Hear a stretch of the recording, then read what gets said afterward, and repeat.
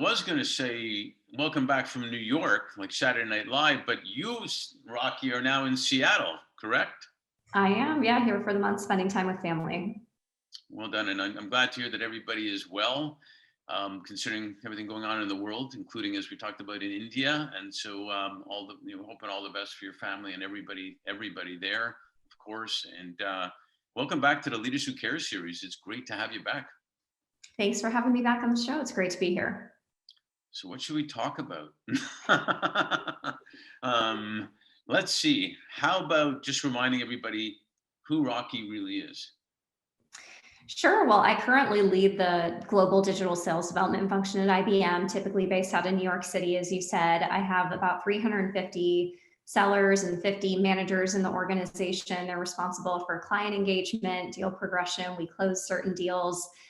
So we sell the majority of the IBM portfolio across services, hardware, software. And I think over the past year in particular, it's been incredible to be part of helping businesses digitally transform their environments as a result of the pandemic situation. And I'm especially grateful to work in an industry that has helped to sustain some of the digital operations of the world. I think, obviously this is one of the most difficult periods of time in human history. And I think the past year has also really put a lot of people's leadership skills to test, including my own, having to transition a global workforce to working from home, then having to help teams return back to work at different styles and paces, depending on local laws and where they're at in each of the phases in reopening. I've also hired a lot of people over the past year. So how do you make sure that those new hires feel engaged and supported when they haven't actually met their peers or been into an IBM office? And then with our existing hires, how do you make sure that they feel connected and inspired and recognized for the work that they're doing? So I'd say this past year, I think it's been pretty personally demanding. I think it's been systemically demanding, societally demanding, because we're not just working from home, we're actually living at work. This is my new life. Like, my morning commute is 10 seconds every single day. And I think that construct has really put into perspective who is a leader who cares and frankly, who isn't. Oh, I love the way you got that in there, the leader who cares. Thanks for that. I saw a great commercial the other day. It was a jean commercial, I think, saying, what's it going to feel like to wear jeans again? Isn't it great? Because so many people are wearing shorts or God knows what, and going on down there. So it's I've gotten very, very used to the elastic waistband over here. Yeah, it's quite. I haven't worn a suit in a year, basically. Which I'm not complaining about, but it has changed. So, you bring up a point about remote and how people's points of view and perspectives have changed. Trust is always a big factor, especially when you're managing a lot of people. But do you find, in your experiences, if people are now working remote mostly and not right where you can touch them to some degree, even though you're global, trust becomes even a bigger factor, doesn't it? That from your perspective, trusting them, and from their perspective, appreciating that you trust them to do what they're doing. Yeah, absolutely. I think the approach that I've tried to take as a leader is just always assume positive intent. I think we all spend so much time at work and at home. People have different competing priorities right now. And part of that is allowing flexibility and being an empathetic leader. And I just have to trust that my team is doing what they need to be doing. If they're doing it at odd hours because they have to homeschool their kids during the day or whatever types of situations they might be dealing with, I think it's up to each of us to be as flexible as possible. And for my team in particular, actually, if you go to an IBM.com website and you click chat with a sales representative, that goes to my team. And so my organization, we have to be at the computers for specific periods of time because we're required to respond to clients instantly. They're expecting a response right when they click that chat with button. And so just making sure that we have built-in breaks and that we have contingency plans and that we have people who are there for backlogs. If you do have a situation where you have a sick kid at home, or you do have a situation where your Wi-Fi happens to not be working, whatever it might be. So I think, it's all about trust. It's also about agility, and it's really about flexibility too. So does the I stand for instantly now in IBM? Well, yeah, I guess so. No, it's a great point. And I don't know about you, but I've found that people have become, we were always connected before, but people, because we miss the interaction so much, we've found a way to be more authentic and more connected, even on something like Zoom. And because maybe it's because we're comfortable at home, whatever it is, there's always a silver lining, even in a major crisis like this. So if dogs would come in right now or kids would come in on the interview, people don't get so upset anymore because they realize, hey, this is life, right? You finding that? Absolutely. I mean, honestly, it's been a great way to sort of break down some of those barriers between work and life and get a sense of what people's home lives are like. And in fact, we've even tried to facilitate that. So in my organization, we started something called Digital Sales Development Selfie Fridays, where every Friday on our Slack channel, we invite people across the world to just share a selfie of what they're doing, who they're with, if they're a grandkid, with a pet, whatever it might be. And it's something that I don't know if we would have done if this pandemic hadn't happened. And so I think there's been, obviously intense suffering over the past year, but there's also been a few unintended gifts like the connectivity that it's provided across people. And I think the other benefit is also it's kind of leveled the playing field in some ways, in that I had employees who were remote, but then also employees who worked in an IBM office. And I think the people who were remote always felt like they couldn't fully be connected in, because when you're the only person who's on a phone when everybody else is in a conference room, it's difficult to get your points across and to get your voice in. Now, with everybody kind of being forced to work from home, it sort of allowed everybody to be, again, more empathetic, I guess, for the people who aren't physically there. And it's helped us to really just sort of reevaluate how we're engaging through digital methods, which frankly is now going to be the future, I think. Yeah, the future is the present, basically, Yep. is what's happened. Do you find, or do you have a sense yet? We were talking a little bit briefly before this about Google and not some people even moving out of Silicon Valley and not wanting to come back. Are you finding any conversations about people saying, I think I'd stay remote. I preferred it. Yes, definitely. I mean, every company is kind of building their own different use case. For us at IBM, I mean, we have a lot of people who did relocate over the past year. So, my boss, for example, is based out of Paris. I have people in my organization who relocated from New York to Texas to be closer to family. And so I think every organization is having to sort of figure out what does deem a person essential for in-person, physically co-located, because there are still some functions, including within my own organization, where there are obvious benefits to being co-located. But in some instances, depending on the industry that you're in, the company that you work for, you might very well have found that actually this remote work environment actually potentially leads to even increased productivity for your workforce. I know for some people it leads to increased weight because the fridge is always calling, type of thing. So Oh, yeah. that's sometimes a reason to get back into the holiday into the Yes, I got office. this Fitbit, which reminds me often that I am not walking ever when I'm working from home. So, I got this one here that reminds me how many steps I haven't taken today, yes, basically, exactly. and stuff like that. So you mentioned I love what you talked before about you hired a lot of people, and onboarding is so important, including this day and age of putting people in a position to win equitably, like women of color, men of color, all different people. It's harder to onboard when you can't come into the office. So what is IBM? How do you handle that?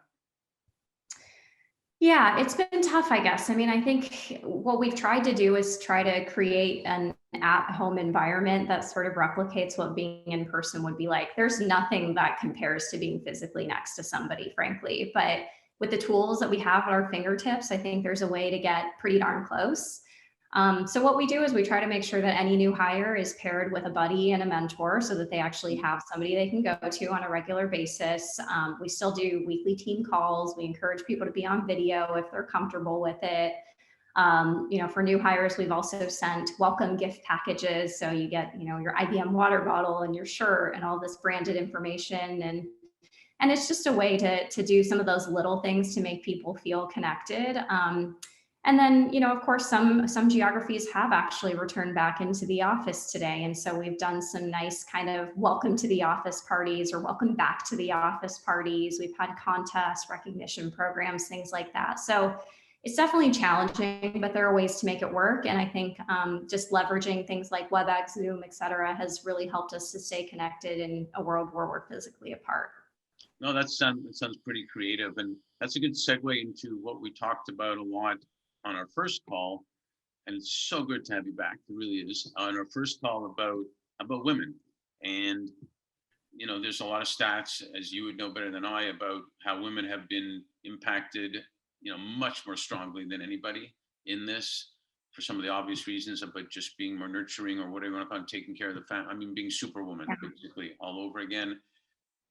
I know you're deeply involved in that. Can you share what, from your perspective, the impact of women, and what do you think is going to happen? Yeah, absolutely. So as you know, I'm very passionate about advancing women. I have the pleasure of leading the Women at IBM group in New York City, and I'm also really a champion for getting more women into my professions, both sales and technology, which I know we talked a lot about during the last session that I was on. I'd say the pandemic has unfortunately intensified some of the challenges that women were already facing, and it's already started to reverse some of the hard-earned gains that have taken place over the past couple of decades. So, as you mentioned, I mean, we've read a lot of emerging reports about the effect and how this has disproportionately affected women, especially women of color.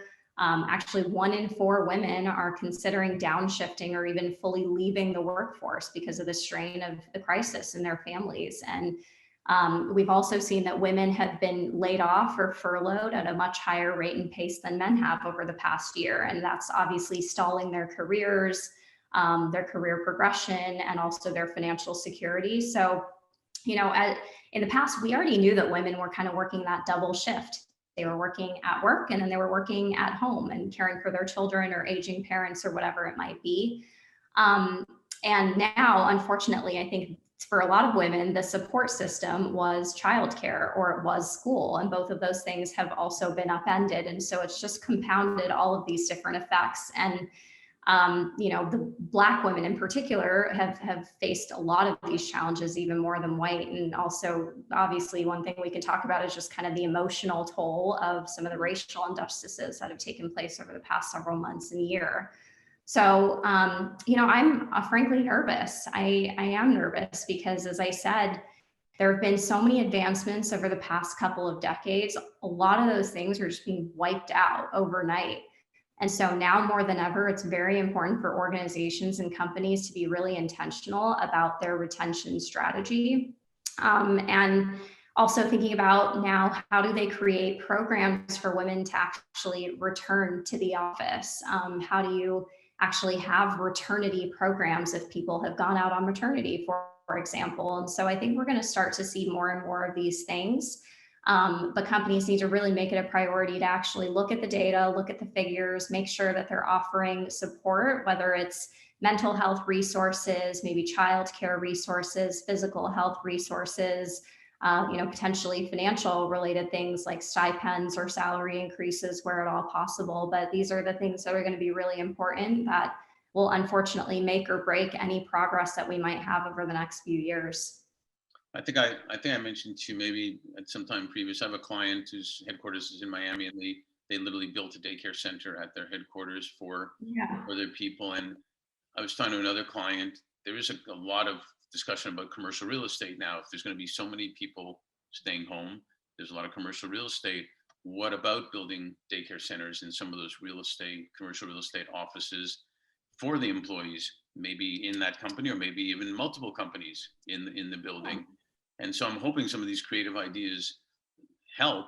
And I think you're right. There has to be intent on making it work, because it's not just because, but it actually is better for business. It is better for the people. It's better for the community. All the things we talk about. It is better to do it. Not to mention it's the right thing to do. So, what could what do you think people, well, I guess we've talked about it, people could do to help in that regard, to bring more awareness to it? What do you think? Well, I think companies need to sort of start by being transparent about where they're at in the journey. Obviously, not a lot of companies actually report some of this information on how they're doing in terms of their diversity statistics. I'm proud to say that at IBM we actually do. So we do publish on an annual basis through our corporate social responsibility report. How are we doing on women entering the workforce, advancing in the workforce, same with minorities, et cetera. And I think when you start by having that level of transparency, not only can you hold yourself accountable, but you can also hold your peers accountable in the industry. It sort of, maintains this friendly level of competition that helps everyone. A step for one marginalized group is a step for all. And I also think, some of these things that we do end up creating for women will actually benefit more than just women.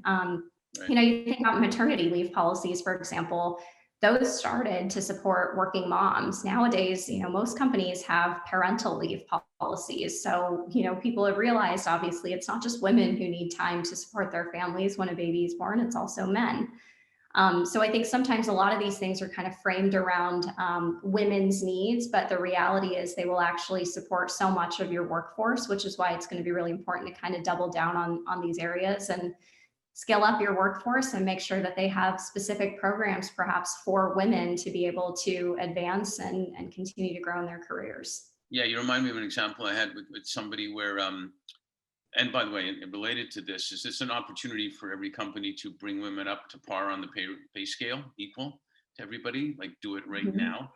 And where this came up was a couple, the man could work from home. He was a writer, could work from home, but he had to take another job because she wasn't making enough money. Now, if she got Right. raised to be equal to the men in her company, he could actually stay at home, take care of the kids, and do his writing at the same time. So it totally relates to what you're talking about. It's not just helping the woman; it's a whole thing that's being helped there, and it's just by making her even just equal. It's not like even giving her more; just equal to what men are making. That would allow them to have him stay at home, take care of the kids, like I said, etc. So it's definitely a an omni win, as we would say, for everybody there. So last thing for this, because we could go an hour, no problem if we wanted to. Um, what are you hopeful for the rest of 2021? Yeah, that's a great question. I mean, I think, like I said, there have been some unintended gifts from the past year. And I was just sort of reflecting recently on how the pandemic has changed me personally. And I think it's helped me and a lot of others just sort of slow down and focus on the things that really matter. I know I'm in a privileged position to even be able to say that. Not everybody has, had the same fortune over the past year. But for me, I mean, I think, what I've appreciated and so many have appreciated is really being able to step back and reevaluate what's important in life without constant travel, without daily social events, whatever it might be. And that's family, that's relationships, that's supporting my team, my clients, and also investing in myself. And I hope to see more and more of that. I've been reading all the books that were in the backlog with my monthly book club, or binge watching the shows I've been wanting to watch, or publishing articles on areas that I'm passionate about. So I think that's been a really nice reminder for a lot of people, and I'm hopeful that we'll continue to see that. And then also, I think just the importance of relationships. I recently read the book Together by Vivek Murthy, our Surgeon General for the United States. And it's basically all about how connection leads to better health, better performance, better happiness. He basically says that in his time as Surgeon General, the first time around under President Obama, he found that the most important thing is figuring out loneliness in our country. He said it's the biggest epidemic that leads to everything else, whether it's depression, alcoholism, obesity. He said loneliness is a public health crisis. And obviously, the power of gratitude can help in some of the smallest of moments. And so I think that's one of the things that I am really hopeful about. It's just about, service being kind of this form of human connection that reminds us all of our value and our purpose in life. And I think this past year has really, really brought that out for a lot of people. And the last thing I would say that I'm hopeful for is just this hybrid work environment, frankly. I think being able to work from home has been such a blessing for so many people. It's given people the opportunity to, in some cases, be more productive, to be able to maybe travel, spend time with family like myself. As you know, I had a chance to spend time in Colorado at the beginning of the pandemic with my mom. It was, I think, the first time in over a decade that I've had that kind of time to be at home. And so I think just, as companies sort of evaluate what the return to work could look like, having this hybrid work environment is something that also gives me a lot of hope, because I think it's really dismantling a lot of the traditional notions of what a productive work environment should be or could be in the future. Couldn't have said it better myself. That was so right, and you're so right about the loneliness, and people need to know that they belong. And you kind of said it earlier too when you said, somebody who had been the only remote person now feels more like they belong even to your community there. So, and it does. It leads to so many things that are bad if someone's alone. So you've already made me more hopeful from the things you're hopeful for. So that's really cool. And keep being one of the best leaders who care. You're really making a difference. Thank you for joining us again. Thanks for having me, Mark.